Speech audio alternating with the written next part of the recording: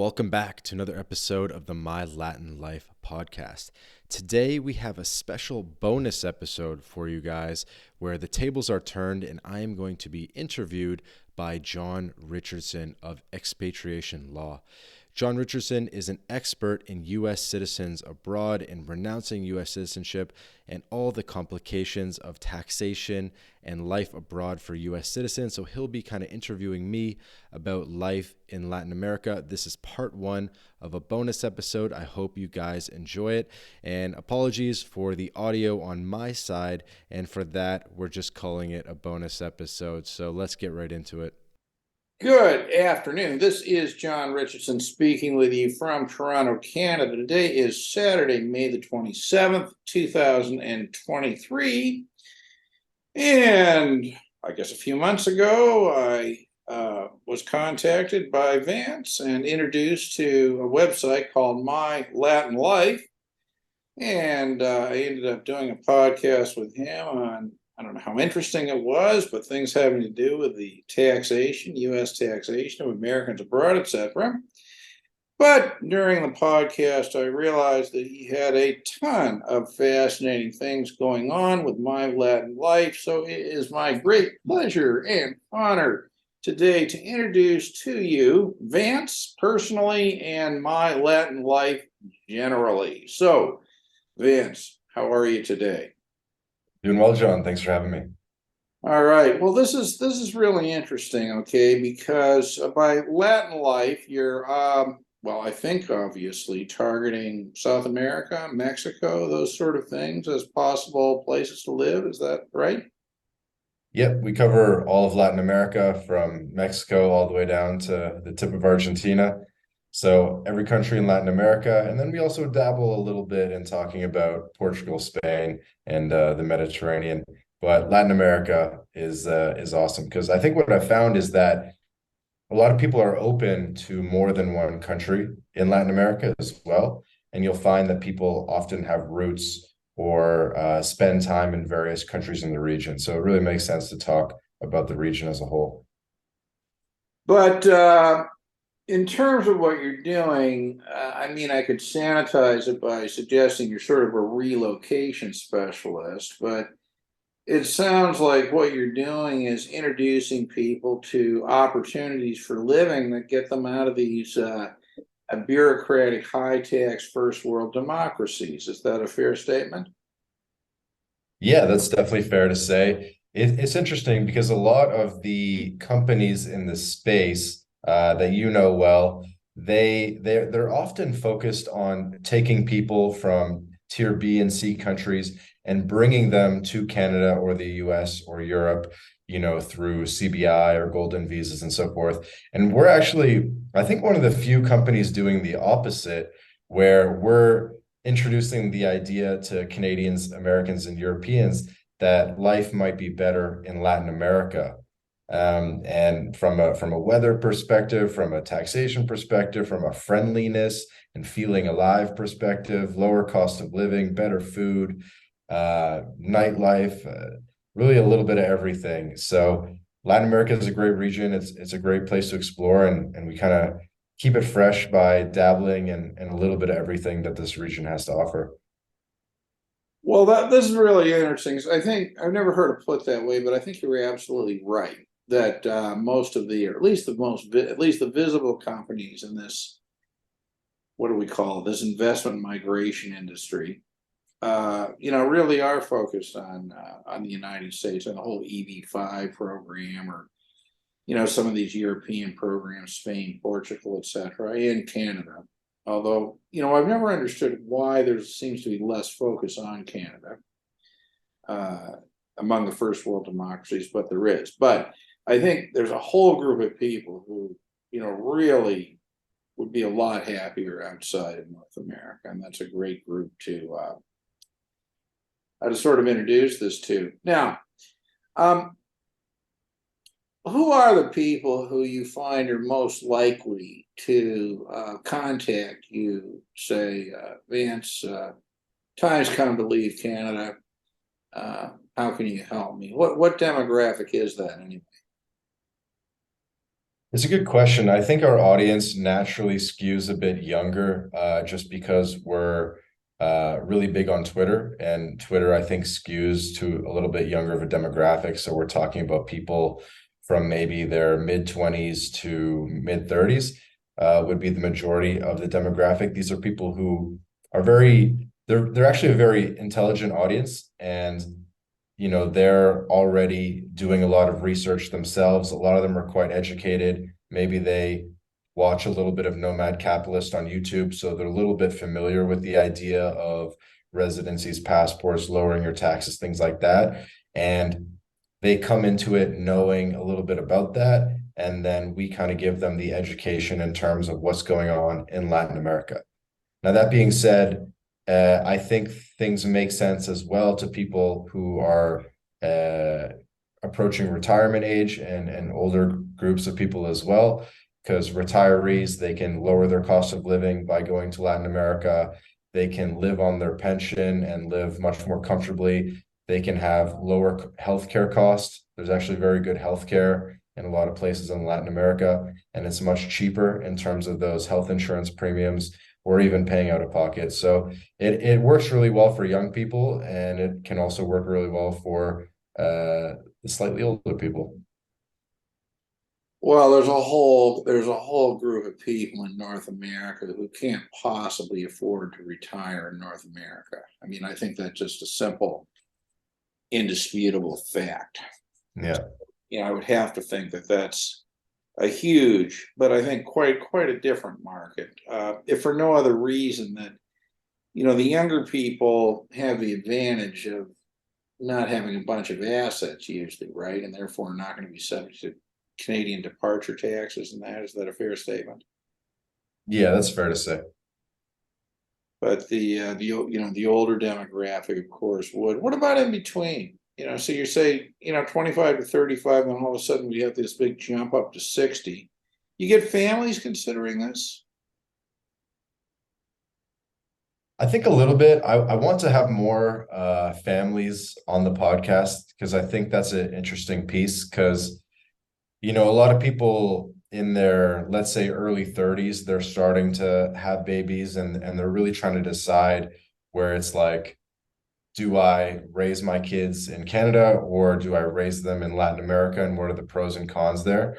And those are pretty big decisions to make. And I have a lot of friends who are kind of in that bucket right now. Um, so I would say that the early family or middle-aged family is a little bit less. It's hard because it's hard to take a kid that's 10, 12, 15 years old out of school and transplant them to Costa Rica or whatever it is. So I think I see a little bit less of that. But I think it's either the younger people or the older people that have the kids already out of the house, more likely. Yeah, and of course, I think we've talked about this before, but there are of course opportunities to have your children born outside Canada, and say Mexico or somewhere, and get Mexican citizenship, right? Correct. Every country in Latin America except Colombia has birthright citizenship. So people are familiar with this, where you have if your baby is born in the U.S., they become American, etc. And what's interesting about Latin America is there's even opportunities for not just the child, but for the parents as well. So with Mexico, if your child is born in Mexico, the parents can get permanent residency in Mexico pretty much automatically. So that's a cool additional feature that I don't think necessarily exists in Canada or the I USA. can tell you, it definitely does not exist in Canada and the United States. Definitely not.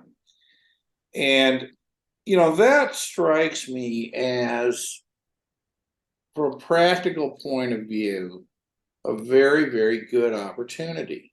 You know, not a ton of cost involved in that, but I mean, you can give your child, even if they come back to Toronto or something, the gift of dual citizenship, right, from birth. Yes. Correct. I think there's a couple pros there that we could outline quickly. For one, the cost of the birth is going to be a lot less.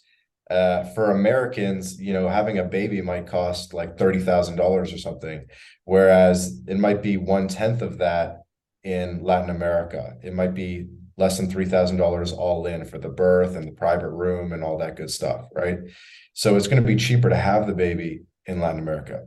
And then, yes, I mean, the way the citizenship by descent works is you're going to be able to pass your Canadian or American citizenship onto your kids anyway, whether or not they're born in Canada, as long as you were born in Canada.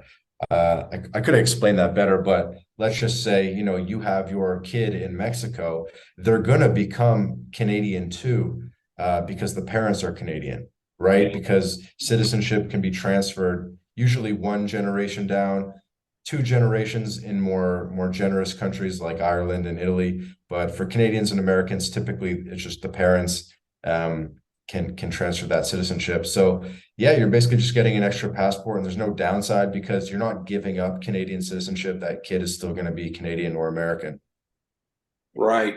Yeah, I mean, I think that's practically a no-brainer. I really do. But, I think we talked about this before. In my experience, it's hard to get people to do the simple and obvious. They're always willing to do something that's complicated and expensive, okay?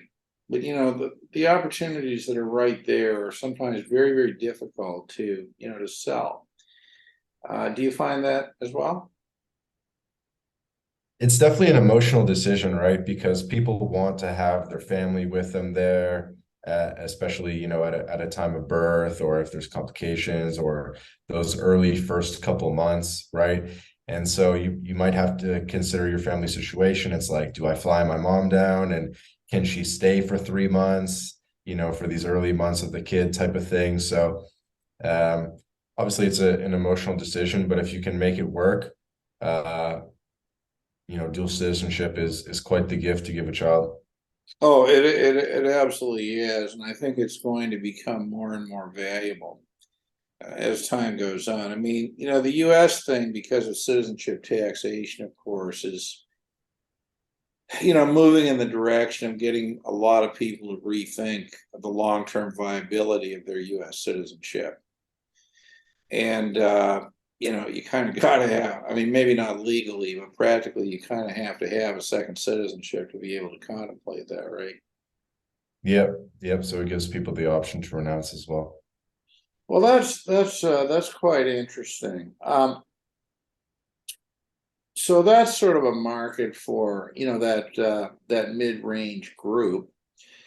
Now, what about you talk about the group that's from 25 to 35 or 40 or something of this nature. To me that suggests that the market here is sort of what do you call them, the digital nomad or the location independent group who can just sort of continue what they're doing to make a living somewhere else. Is that correct? Yeah, I think making money online is a crucial piece of this because you do not want to go to Latin America and be dependent on the local economy there. So you're going to want to ensure that you are making your money in the US, in Canada, maybe even in, you have a Dubai company or something, right? But just something outside of Latin America, and that you're earning like a first world income, as we call it, earn US dollars, spend pesos. Yeah, oh, that's a good way to put it. So first world income, and that's what you sort of an elevated lifestyle, I suppose, right? Yeah, in these other countries. Okay, so now you said something interesting a minute ago. You said that you would not want to be dependent on the local economy. Could I ask you to elaborate on that a little bit? Well, I mean, salaries are low and doing business can be difficult. And like the best place to make money in the world is still the United States. So, uh, to the extent that people can make money in Canada or the United States, that's definitely where you're going to want to make your money. I think there's a lot of talk around, remote job versus online business and what's the best. Like, let's just say you want to get remote, you want to travel the world while making money online. What's the best way to do it? Is it a remote job or is it online business? I know some people that are kind of anti-remote job, but personally, I think it's a great way to get started. You get that remote job, you make you're going to make enough money to basically immediately put you in the top 1% in Latin America in terms of income earners. And then you can go ahead and start a business on the side as well. And if that business eventually replaces your full-time income, all the power to you. But the thing about, I think, jumping straight into online business is it's tough to make it work. A lot of people have to iterate on a bunch of different business models till they find something that works. People do, whatever, drop shipping for a bit, and then they try copywriting, and then they try trading Bitcoin, and then they try this and that. And so sometimes it can take a while to figure out what works for you, and that can be stressful if you're living off savings or something. So we recommend people start with a remote job and then maybe monkey branch into online business. Well, I would think you probably want 3 or 4 different sources of income, so that you're not, overly dependent on any one of them. Now, I think we may have talked about this a bit, but I was looking through your podcasts, and I noticed that you had a podcast that did discuss the whole taxation of the remote worker, and the extent to which that would implicate the company, right? With John Lee, yeah. Yeah, that's right. I don't want to get into that hugely, but I think we should note that for the remote worker, that could be an additional complication, right? It's definitely true. There's a number of ways that can be mitigated, but I think because, yeah, there's so much that could be said about this, but it's very interesting how we're going to watch this develop because we're so early into remote work as a phenomenon. It really only started popping up in 2020 for most people. I was working remotely prior to 2020. But I was definitely kind of one of the OG. Like anyone who was doing it prior to 2020 is definitely an OG. So it's becoming much more common space. And I think we're starting to see a couple trends there. One trend I'm seeing is that companies that allow you to work remote are starting to put limitations on how much time you can spend in a particular country and in what countries you're allowed to work remote. Because they might, for example, seen rules where they say you can work in Ecuador, but you cannot work in Panama. You can work in Mexico, but you cannot work in Nicaragua. If you work in Mexico, you can do up to 6 months a year. If you do France, you can only do up to 30 days per year. Yeah, I mean, this is totally a function of the tax treaties, right? Exactly. It's the tax treaties, and they don't want to run amok of that. Sure. And so I think you're starting to see more of that. I think that definitely did not used to exist before. I think, people are starting to get smarter now, but for most companies and most situations, it's really just like, don't work in Russia, don't work in China, don't work in North Korea. We don't want you to get hacked. And half of them don't even have Google or whatever anyway, right? Because they have like a limited internet in terms of like blocking certain sites, right? And so that was kind of always my thought process, was just like, okay, I'm not going to work in Russia and I should be good. But now we're seeing sort of increasing layers of input from the companies saying, you know what, it's not just don't work in our enemy countries. It's actually like, more nuanced than that. Well, the companies don't want to be, to be implicated as tax residents, right? For sure. And this can be a very costly thing to deal with. So, I mean, I suppose that, it makes sense. It makes sense. All roads lead to your own business online. I mean, I think that's pretty clear. Yeah. I think both work. You go to Mexico City these days, you go to Playa del Carmen, you'll see tons of people that work for San Francisco-based startups that are making big money, easily 6 figures and living life in Mexico. And so you see both. I mean, you see a lot of entrepreneurs too. I think some places in Latin America have actually a higher concentration of entrepreneurs in the United States, of American entrepreneurs in the United States. You go to Medellin, you go to Playa del Carmen, the concentration of American online business owners there is enormous. Well, it is interesting. I mean, my impression of the way this is unfolding is that it's becoming easier, to run small business outside the United States and Canada than in them. Yeah, that's partly true. I mean, you don't even have to be American to start an American LLC, as you probably know, right? You Right. just, you just spin it up for $200. You get the EIN, which is basically like a tax ID number. You use that to open a bank account. Most people don't realize that. It's funny, like everyone's trying to get into the States. They're trying to everyone's trying to get into the States, but you don't even have to go to the States. You can just open an American company, open a bank account, you get Stripe, you get PayPal, you can charge customers, you can charge credit cards, you can get credit cards. You're part of the financial system. And a lot of people have success with that. And so, yeah, it's at the point where we've really sort of it's a brave new world because we've sort of divorced our physical locations from where we make money. Like the whole reason we had cities, the whole reason people went to factory towns in Ohio was because that's where the jobs were, right? But now you're making money online, probably through Dubai or the US or just a couple different financial center spots, but you don't really physically have to be there. And that's going to change everything because now people are going to be much more keen to live in beautiful aesthetic places, places with activities.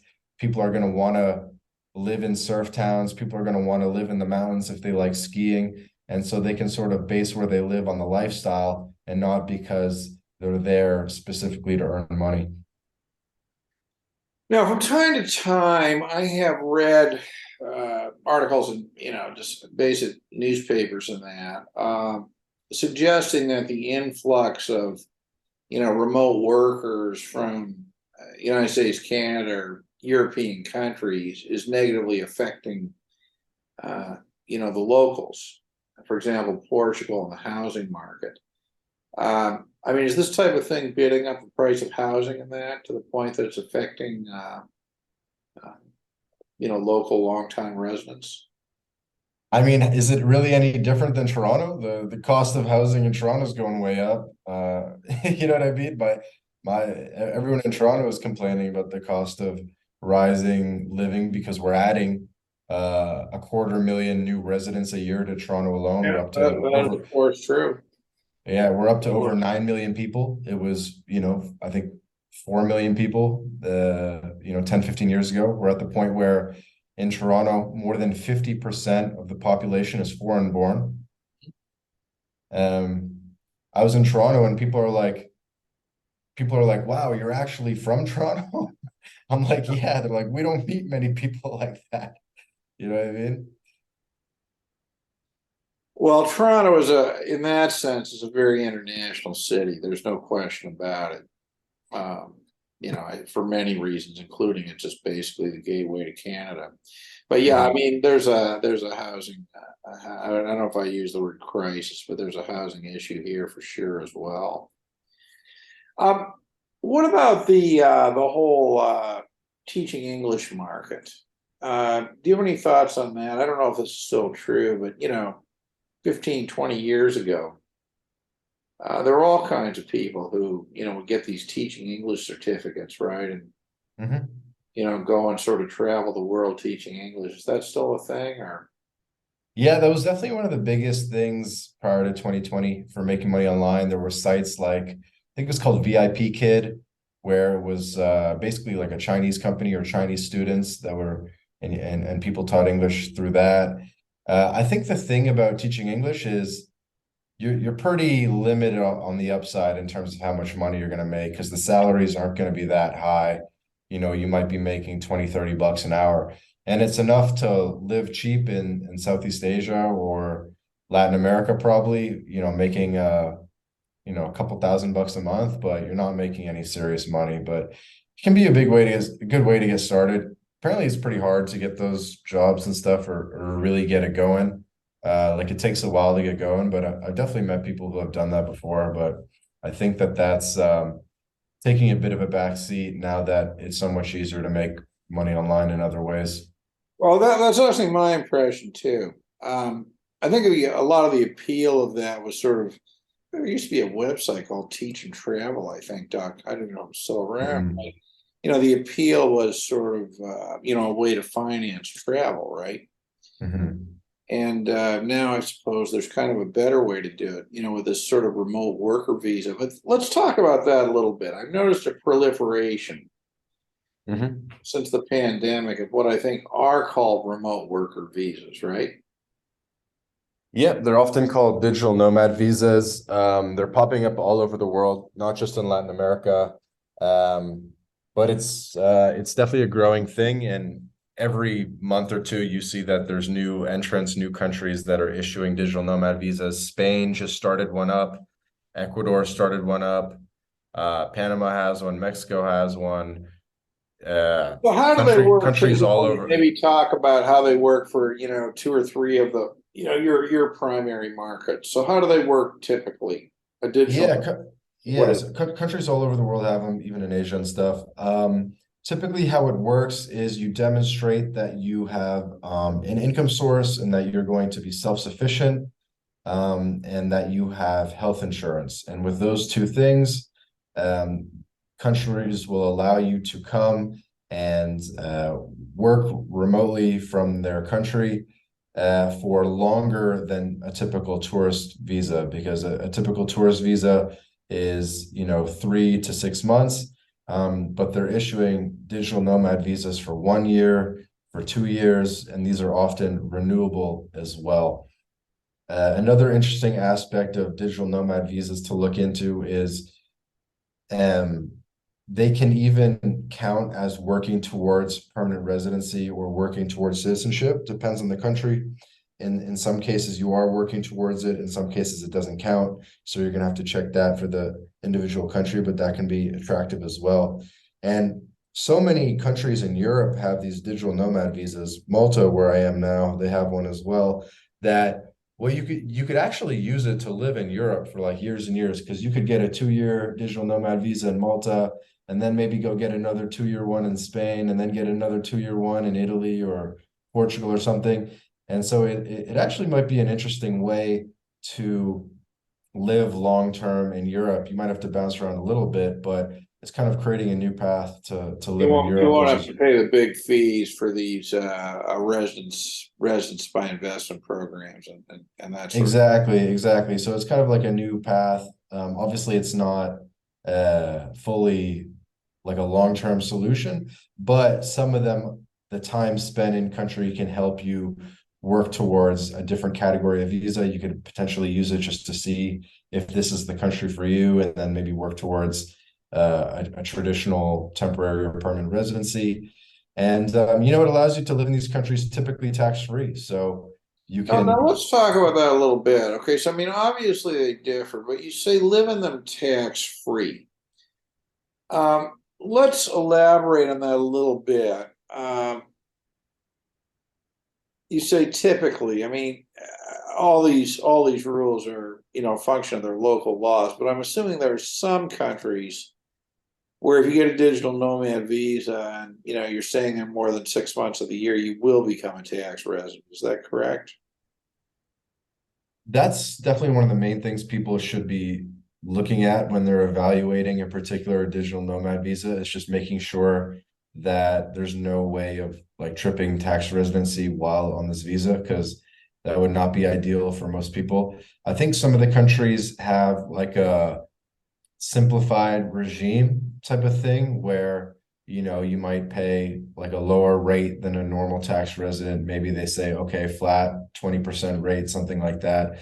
So um you pay something, but it's simple and predictable. yeah, I would say the majority allow you to live tax free, but you got to be careful because some of them might involve like a small tax thing, so it can kind of differ program to program. Now, I think we talked last time about the interesting interplay between the U.S. for U.S. citizens and residents, the foreign earned income exclusion, Yep. and these digital nomad visas. And I think what we pinpointed was or focused on was that if there's a remote work visa in a country that's going to exempt you from taxation, I mean, you can effectively live tax free up to about what 112,000 US dollars, right? Yeah, pretty much. I think digital nomad visas are one way of accomplishing that. And then the other way of accomplishing that is living in a zero income tax or a territorial tax country. So circling back to Latin America, one of the great things about Latin America is that probably about half of the countries are territorial tax systems, meaning that they only tax local source income or income earned or repatriated into the country. And so you can think about Panama, Costa Rica, most of Central America, Belize, etc., Ecuador, Paraguay, Uruguay, Bolivia. All these countries have some form of a territorial tax system where you can essentially live there year round for the rest of your life and pay no tax as long as you're earning your money outside of those countries. Yeah, well, that's very, very interesting. So another huge advantage, right, that the digital nomad type would have over the local resident, sort of Yeah, or just earn your money outside the country because even a local could do this, right? Let's just say you were born in Panama or you're born in XYZ territorial tax country. That person doesn't have to be a digital nomad. They don't have to be an expat or whatever. They're just born into that system of the country, and they just need to make sure that they're earning their money outside of yeah. that country, right? So they're going to want to be sending their money to Dubai or the US or whatever it is. And so like locals in these countries usually have all the same benefits in terms of a territorial tax system that a digital nomad would. So don't think that it's just, digital nomads or expats taking advantage of the No, no, I system. don't think It's it's just them, but I think that they come sort of pre-programmed with that. I think it's just that we're more savvy in terms of working online because we kind of invented the internet, et cetera, after all. But they're gonna be getting more savvy about this as well. And so yeah, locals in those countries can take advantage of it too. Very, very interesting. Um, well, do you want to describe, say, I don't know, just maybe two remote worker visas? How do they work? How do you get them practically? Yeah, sure. Kind of mentioned it before, but yeah, you want to show that you have income. It might need to be a passive source, or ideally, it can be an active source, such as a remote job. You might have to get a letter from the company saying, this person will be continuing to earn, when they leave their country of origin, or just some sort of letter that like fits a little bit of their requirements. It can be pretty loose though. They often don't even really like check up on it too much. And then healthcare. So you get sort of like an international healthcare plan. Uh, and those are actually pretty easy to come by. There's companies like Insured Nomads, who we had the CEO on the My Latin Life podcast. There's Safety Wing, and there's more and more of these sort of international healthcare things popping up, and they're pretty reasonable, like less than $100 a month. And then you would just have a little bit of paperwork saying, yes, this healthcare plan will cover this person in Mexico or wherever you're going to be doing the digital nomad visa. And so, yeah, between the healthcare and the income, you should be good to go. You're able to get medical insurance for less than $100 a month. Yeah, definitely. Wow, that seems to me to be a great deal, regardless of age. I mean, I'm sure it definitely will differ a little bit upon your age, just like any But healthcare you're would. talking like we're talking about that sort of 25 to 35 digital nomad group. That group can get it for like $100 a month or less. Yeah, yeah, I believe so. Uh, that's amazing stuff. All right, so that's the digital Oh, nomad. and hey, I just before we switch topics, one cool hack that we could share with people is that if you are a digital nomad, and it's actually interesting hack because you can get these international healthcare plans and it'll actually work in the US and Canada too. And so you could potentially forego having healthcare in Canada, the US. And what these international healthcare things will say is that you are covered for visits of up to like 3 weeks or 30 days in the US per year. And some of them I've even seen have conditions where they'll even like repatriate you to the US if you need to for more elaborate surgeries or something that can't be accomplished where you are, and they'll pay for that evac basically. And so it's pretty cool. So if you are the type of person that's doing the FEIE, meaning that you're going to be spending less than 30 days a year in the US anyway to get that tax benefit, then you're also going to be covered for health insurance when you go back to the States on this international health plan. So that's pretty cool. Yeah, no, that really is. Okay, so that's the group who we started talking about the younger group, the remote worker types. Let's shift gears over to the people considering retirement. Now I'm guessing by definition, if they're considering retirement, they're probably not going to be going there on the remote worker type of visa. What advice would you give to somebody, say approaching 60 or something? I can't work anymore, blah, blah, blah. I think I'll go to Mexico. How would you do Yep. that? Yes. So one of the unique things about Latin American residency programs is basically every country in Latin America has what's called a pensionado scheme or a pensioner scheme, where if you have a consistent passive source of income, this could be an army pension, it could be a government social security pension, or it could even be like a certificate of deposit that's in excess of a certain amount. For some countries, it's as low as $1,000. For some of them, it might be $2,500 a month, and you have that passive source of income. Let's just call it a pension. Then you can go down to Latin America and get residency in pretty much any country in Latin America using that pension income because you have independent means. You're going to be able to pay for all of your expenses that are there. So that's like an ideal situation and very easy to accomplish. That's amazing. I mean, those seem like like low amounts. Well, they are low amounts. So I mean, They this are low amounts. really They're all. I think every country in Latin America, it's less than $3,000 that you need to demonstrate. And so if you're a husband and wife that you both have pensions, maybe you have a bit of a private pension, a public pension, an army pension, whatever, it's probably always going to be enough to qualify. And let's just say you don't qualify and maybe your top pick, you're definitely going to qualify somewhere else because every country has a slightly different number. But every country in Latin America has a pensionado program. Okay, now do these give you what, the right to live there, presumably not the right to work there, not that it matters if people are retiring. Is that correct? Just sort of the right to live there, be there? I think that will depend a bit on the country, but some of them definitely do include the right to work.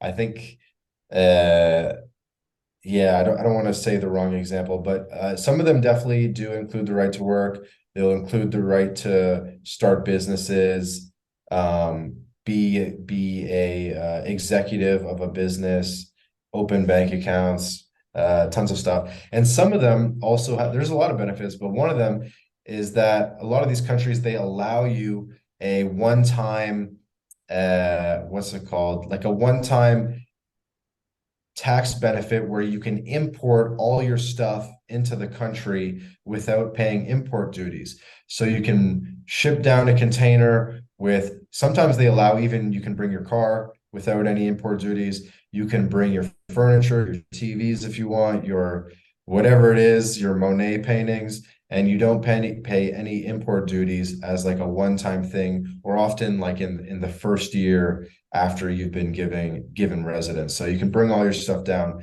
and not pay duty. So that's pretty cool. Interesting. Um, I mean, does it make sense to bring your car on that? I mean, are these If there's no duties, it makes sense. But if there are duties on the car, don't do it because it's not going to be worth it. are they Some more of them, what expensive they to buy there? Let's say Mexico. Is it more expensive to buy a car in Mexico? it's going to be slightly more expensive, but uh, if you don't have a like a tax-free duty incentive, you don't want to bring your car down if you have to pay tariffs on it because that'll just make it more expensive than buying a car locally. Um, so yeah, buying a car locally is usually the way to go. Okay. Now, I've always had the impression that there are, clearly defined expat communities in Mexico and places like this. Is that correct? Mhm. Yeah, I'd say pretty much any city is going to have Facebook groups that's going to be, Canadian expats in Mexico, things like that. So they have that for every country, and it's pretty easy to find a community. There's definitely retiree hotspots. And so you can kind of check out what those are. It might be Cuenca in Ecuador, it might be Boquete in Panama, things like that. So most countries in every country in Latin America has little retiree hubs. What about taxation? Say Mexican taxation. How's that going to work? I think they typically say on the pensionado visas that you can bring that, or you're supposed to actually bring that pension income into the country, and you're not going to have to pay taxes on that. Wow, that's quite the deal. Again, the same sort of thing. In other words, get your income from US or Canada and live in a lower cost place. Yeah, with better weather, better food, you'll be able to afford a bigger house. You can have full-time care. Let's say someone in your house is like bedridden or this or that, or they need full-time care. Maybe they have different health complications, any number of things, right? You could get a full-time live-in care for much cheaper. I'll give you an example. I have a buddy in Toronto, and his father's getting elderly and has these sort of not like anger spasms, but he has these sort of weird spasms in the night and stuff like that. And the point is that he needs to get full-time on-site staff. He basically needs like a full-time nurse in Toronto. And that was going to cost him something on the order of like $8,000 a month to have someone full-time, like a full-time staff person take care of his father. And so it was just completely unaffordable to do Yeah. so in Canada. And so in order for him to have the full-time staff, he was looking into Jamaica, he's looking into Mexico, different places in Latin America. And the point is that you can have all these different full-time staff, both healthcare and also things like you could have a full-time chef, a full-time maid or nanny, and these things are going to be extremely cheap, like stunningly cheap. Let's say you want a full-time maid slash chef. That's going to cost you maybe, depending on which country, I would say somewhere between 500 to 700-800 bucks a month, US, to have a full-time maid bring you your coffee in the morning. They get to cleaning, all that type of stuff. And so it's just extremely economical, and it allows you to basically live like a king or live a life that you'd be unable to afford back in the States. In the States, you'd be lucky to have a cleaner come once a week. And in Latin America, the cleaner comes every single day. Oh my God. So why doesn't everybody do this? I mean, they just don't know about it, or Well, that's why we're growing in popularity so much. I would have to think so. I would have to think so. I mean, leaving aside the weather issues and that, I mean, I think the cost of living in Canada is just prohibitive, for a lot of people. And obviously the United States, UK as well, etc. This is fascinating stuff.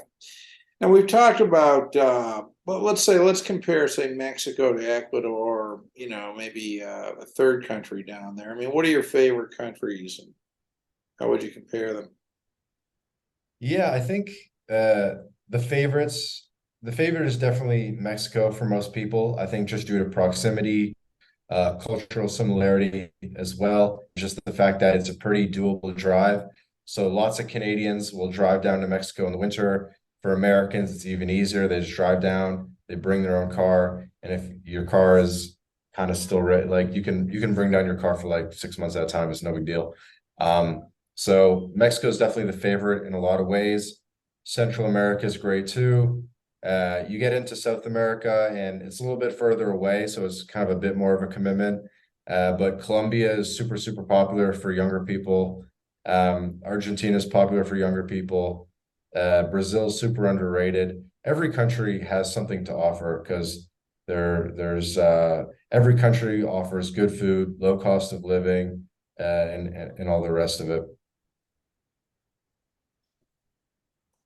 Well, Well, I would have to think that this is just going to, grow exponentially in popularity.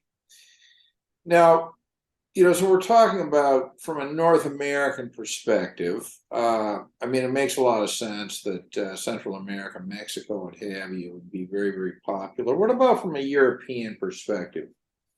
How would a European see the mechanism to get lower cost living? Yeah, I think we're seeing that for Europeans, South America is actually closer in a lot of ways than, say, Central America or Mexico. Like if you're in Europe, there's not too many direct flights to Central America or to Mexico, but there's a lot of direct flights to Brazil. There's a lot of direct flights to Argentina, to Colombia. And so you actually see a proportionally higher number of Europeans in South America than you might see in Central America or in Mexico. So, German people love Brazil, for example, Portuguese people, obviously. So, you do see a little bit of a different makeup in terms of which digital nomads or which expats are more likely in Central America versus South America. But certainly, one impact of this recent pandemic is it's certainly opened people's eyes to these opportunities, and in other words, they're sort of dislodged from thinking that 20 years from now I'm going to be sitting at the same desk in Toronto or New York or something. Yeah, exactly. I mean, I think it's good to live a life of adventure. I think Latin America makes sense both in terms of like adventure for a couple of years, but also just as a good long-term base as well, for all the reasons that we've mentioned. So I think it makes sense. I think every region of the world has their sort of greener pasture place. So I think for North Americans, Latin America makes the most sense. For Europeans, maybe it's Portugal or Malta or Cyprus that makes the most sense. For people in Australia, maybe Southeast Asia makes the most sense, just because in terms of proximity and time zone, and maybe having family visit you or the ability to get back if need be every couple months. And so I think there's these sort of spheres of influence around the world in terms of regions that have connections between them. And for North America, Latin America makes the most sense. Another thing I had recently, I had it put to me this way. This is going to sound a little bit bad, but for Europeans, everywhere else you go from Europe, like kind of sucks. Like Africa kind of sucks, Middle East kind of sucks. You know what I mean? Central Asia kind of sucks. So Europeans kind of have nowhere to go. Um, and then Australia is like an island. And so in North America, we kind of have it better than anyone, where our low-cost region or our tax-free region that we have near us, which is Latin America, doesn't suck. It's actually great. Like the lifestyle and everything in a lot of ways is better than North America. So we're very privileged in terms of our strategic location.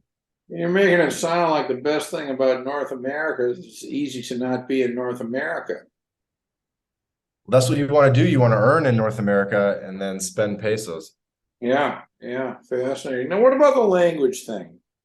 Um, I see on your site that you've got information in Spanish and that. Mhm. You know, how difficult is it to learn Spanish? How long does it take? How would you go about it? It's definitely doable. I mean, it all depends on your commitment level and the number of hours that you can put in. But you got to remember, like everyone kind of grew up being obsessed with the US and watching Baywatch and the Terminator and everything else. So most people are very familiar with American culture, and they know tons of words. They can usually speak pretty well. You can go to any country in Latin America, even the crappiest one like Honduras or something, and you're still going to be able to meet English speakers wherever you go. Either they have cousins in the US or they lived there for a couple of years and came back. There's definitely a lot of cultural flow between the countries. So you'll basically be fine only speaking English wherever you go, whether it's Mexico or Argentina. So I'd say learning the language will obviously enrich your experience a lot, but I don't think it's 100% necessary either. Well, that's interesting. So English is the only language in the world that you can generally survive in, Yeah. without speaking another language. Yeah. Yeah, and it also kind of goes back to you're not going to be earning money in the local economy anyway. You're basically just spending. So all your interactions are for the most part just kind of restaurants or dealing with the maid or smaller things, maybe dealing with the landlord. And you can get agents, like you can hire like a bilingual lawyer and or someone that can sort of act on your behalf, a power of attorney. And that's going to be a reasonable cost too, because the cost of a lawyer in Latin America is probably 1/10 of what it costs in Canada or the US. So you'll be able to have people do all the stuff that you need on your behalf anyway. Interesting. All right. So, what is you've got great sort of educational initiatives here, your website, your podcast, all that. What's the service you're offering though? I mean, what do people pay you to do for them? I think we're a good vetter and evaluator, and I think we just say like it is and talk straight. And so people know that we're not like beholden to any one interest. And when we give a recommendation, it's because we've tried it or we feel confident about it. And so we refer people to lawyers and accountants, et cetera, all over Latin America. We help people evaluate what are the best programs for them. They say, hey, here's my situation. What countries am I even eligible to get into? And I say, I think based on your situation, maybe you have passive income, maybe you have this, maybe you have that. We think that, this list of 3 to 5 countries would work for you. Okay, which ones do you want to pursue? A lot of people are pursuing more than one. So we're seeing a big rise of people going for not just one residency permit in Latin America, but actually kind of collecting them and getting 2 or 3 or 4. I have a handful personally. So we're seeing a lot of that, like people trying to go for multiple second passports, multiple residencies, multiple driver's licenses, and we kind of help people stack them and teach people how to do that. So we just make things easy and then point people in the right direction. So you're a combination, sort of educator, consultant, and tour guide, if you will. Yeah, you can say that. Oh, well, that's good. I mean, important thing, and allows people to sort of cut through all the clutter and possible misinformation online. Do you find there's a lot of misinformation online? I think so. I think a lot of the requirements are out of date that you might see online. And just the thing about Latin America is how things are on paper is not necessarily how things are on the ground, because depending on who you're working with, whether it be lawyers or different service providers, sometimes they can push things through that might not otherwise be the case. So let's just say an example. Let's just say you need $2,500 of passive income on paper. That's the rule to get a residency visa in Mexico. I'm not sure that's the number. We're just making it up. So let's just say on paper it's supposed to be 2,500, but your income is actually only 2,400. And so you might be coming from this Canadian, American, European perspective and saying, oh, woe be me. I can't even get into this program. I'm not qualified. I guess I got to move on to something else. But here's the thing is if you have the right lawyer, they have the relationships with immigration. They can sort of argue on your behalf and they can get you that residency permit issued, even though you're slightly off the official requirements because things are a lot more negotiable in Latin America. Yeah, yeah. Well, this is a world that has really, really opened up in, I think a very short period of time. Last what, 5, 6 years? Is that correct? Yeah, because just you've seen an exponential rise in the number of people that are making money online, which is really the important crux here is you really have to be able to make money online for this to work. Mm-hmm. And so you've seen easily 10x the number of remote workers in the past couple of years. And so naturally 10x the number of people that are looking that have a greater set of opportunities. And I think and this is huge in a lot of ways, but it's really changing hopefully I can communicate this well, but it's really changing our entire relationship with the nation state and with governments, because we used to be so reliant on government or our cities for the jobs that we were sort of not in a position of power or negotiation. But now that we're making money online and we're making money that has nothing to do with the city, we're nothing to do with the country we're in, it's like, why am I even giving 50% to this country with pothole roads and I'm really getting nothing out of it? And we're really moving to a place where the individual or the entrepreneur is actually the one with the greater negotiating position, and they can just pick up and leave at any time. And we're getting into a situation where governments are actually competing for our business. And they're saying, hey, if you come here, we want you to be spending money in our country, blah, blah, blah. We'll give you XYZ incentive. So people are competing now. And so that's why Dubai is growing so much, is because they're competitive. And so people are saying, I'm leaving the UK, I'm going to Dubai, because it's just a more competitive system. It's just, the incentives are there. They want me there.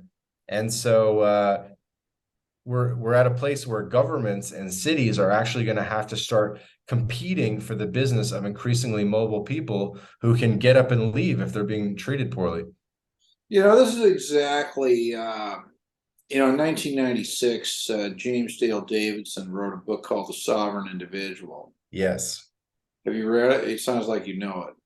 I'm aware of it, yes. Yeah, well, it's an amazing book. I mean, certainly one of the most prescient books that I've read. But he talks about this in precisely the same language about how people becoming customers, instead of citizens, this sort of stuff. Yep.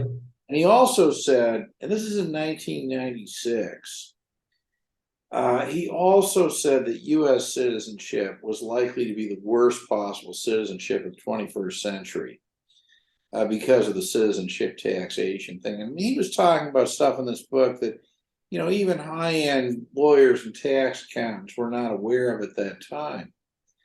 But I mean, he turned out to be absolutely correct. I mean, it's as though what you're describing is exactly the way the book was written. So I mean, I think that's definitely true. And then we add to that the whole issue of digital currency in that, right? Yep.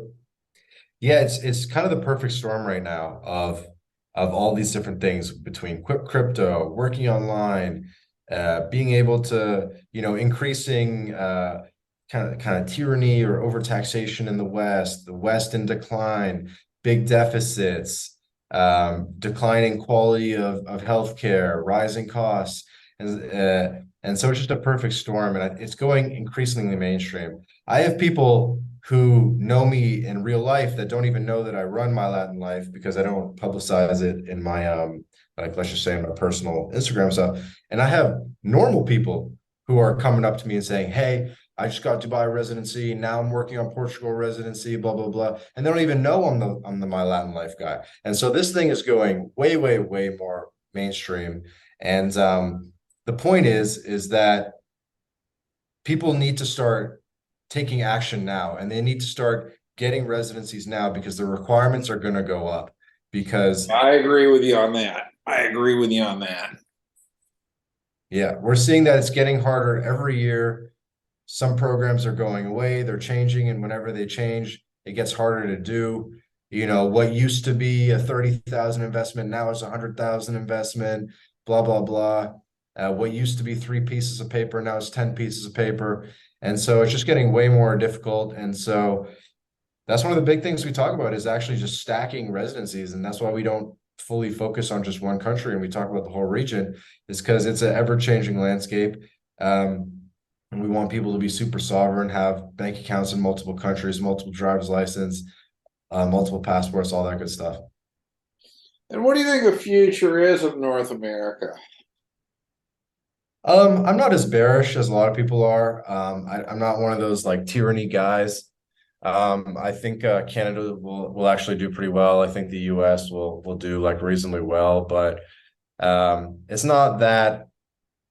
But I think what's happening is there's sort of like a leveling of the playing field, or regression to the mean, where Canada and the US was just so much better than the rest of the world for a number of decades.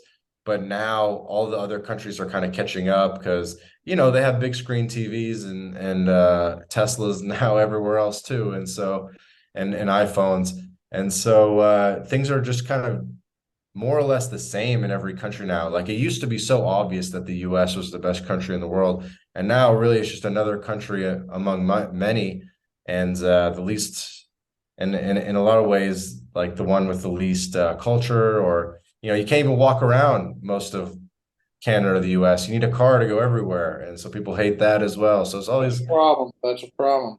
yeah, so it's always little things. But yeah, I think it's just kind of a regression to the mean. But I think they'll actually do well, partly due to geography Well, and they just having won't have the same. They just won't have the same competitive advantage. yeah. I mean, I think that Canada, is blessed with a lot of space and a lot of resources. That's likely to make an attractive immigration destination down the road. If they can get their tax, the high cost of taxation sorted out, and that. But Yeah, I don't think Canada and the US are bad places. I think no, it's I great don't to even go think that visit. place. Maybe I'll even live there at some point in the future. So it's not that I don't it's not that I think they're bad and we have to all escape immediately, but more just from a completely objective, logical perspective. It makes sense to have a plan B. It makes sense to have backup plans. It makes sense to have at least a diversified portfolio, have a little bit of your money outside the country, have a little bit of not be 100% reliant on one jurisdiction, things like that. So just from a completely objective perspective, I'm not even saying go live your entire life in Latin America. Maybe it might be spend your winters there.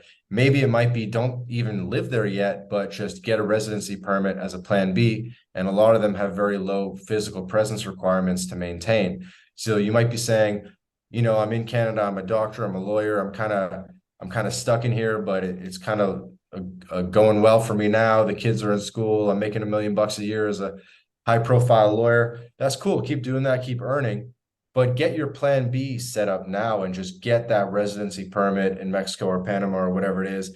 And you don't really have to spend any time there per year to maintain it, and just keep it active and just have a little something going on just in case. And you'll find it actually can be quite useful. The other thing is that if you're like fully middle class, I had a tweet that did really well where I said, in Latin America, you don't want to be poor and you don't want to be super rich. But in Canada, you want to be poor or super, or you want to be poor, but you don't want to be middle class. I'm not saying it as eloquently as I did in the tweet, right? But it's like it's great to be poor in North America because you get all these benefits. That's right. The middle class are But kind the of middle class is the one paying poor for out. all of it. And so if you're like very solidly middle class, but you're not really, if you're a billionaire track, stay in San Francisco, keep working on that billion. That's cool. That's fine. But if you're just a normal, like middle class, middle management guy, you're the sales manager, you're the whatever, and you're just living a middle class existence, it's not like the middle class is the one that's really paying all the taxes. They don't really have a good lifestyle. And those are the people that are going to immediately benefit the most from going to Latin America. Because think about it, like you might be thinking you're living like this first world existence as a middle class person in Canada, the US, but you're cooking your own food, you're getting your own groceries, you're driving your own car, you're doing all these like very low value tasks where if you're in Latin America, you don't have to cook your own food, you don't have to drive your own car, you don't have to do your own laundry. You know what I mean? You have people that can do all this stuff for you, and you can outsource all these tasks. And so you can live like a king in Latin America, and you're actually going to have a much higher quality of life on most metrics. I think of that as a perfect description, and I think that therefore is probably a perfect moment to end our discussion today on that note. I mean, the bottom line is, if this discussion here hasn't interested people in creating additional options, I suspect that nothing really would. So how would people interact with your program? What are the coordinates? Yeah, sure. Well, Twitter at My Latin Life, website mylatinlife.com. The podcast is available on all platforms, Spotify, Apple Podcasts, your favorite podcast player. So go check it out. Check it out. John here was episode number 80, so you can check his episode out, as well as tons of other interviews with investors, adventurers, digital nomads, expats all over Latin America. A lot of really interesting people and cool stories. So that'll give you a good vibe. But of all things, we're most active on Twitter. So you guys can send us a DM there and just kind of check out all the conversations going on. I mean, it's amazing, in addition to all this, right? Your business is largely built on, on the internet, right? Itself, with Twitter and all that. It's amazing stuff. All right. Well, we definitely should pick this up again at some point. But for the moment, I have been speaking with Vance, who is the brains behind mylatinlife.com, Twitter, mylatinlife. And yeah, he's got like 80 something podcasts up there that provide tremendous educational value. So I would suggest going there. And on that note, any final words of wisdom, encouragement, education that you'd like to? Um, yeah, let's do this more often. Just thanks again for having me on. It's always great to speak with you. I always learn a lot from your perspective as well. I think the whole issue of Americans abroad is one where we're never going to be able to fully buckle the buckle on it. There's always something new to discuss, right? So There's happy no, to. no end of aspects of that problem. It's a never-ending problem. But yeah, I mean, thanks again for having me. Hopefully you can link up everything in the show notes in terms of the website and the Twitter and everything. And we're pretty active. So if you guys send us a message, we'll be able to respond and start dialogue. So thanks again for the time. That's great. Wonderful discussion. And once again, I'm speaking with Vance of mylatinlife.com fame.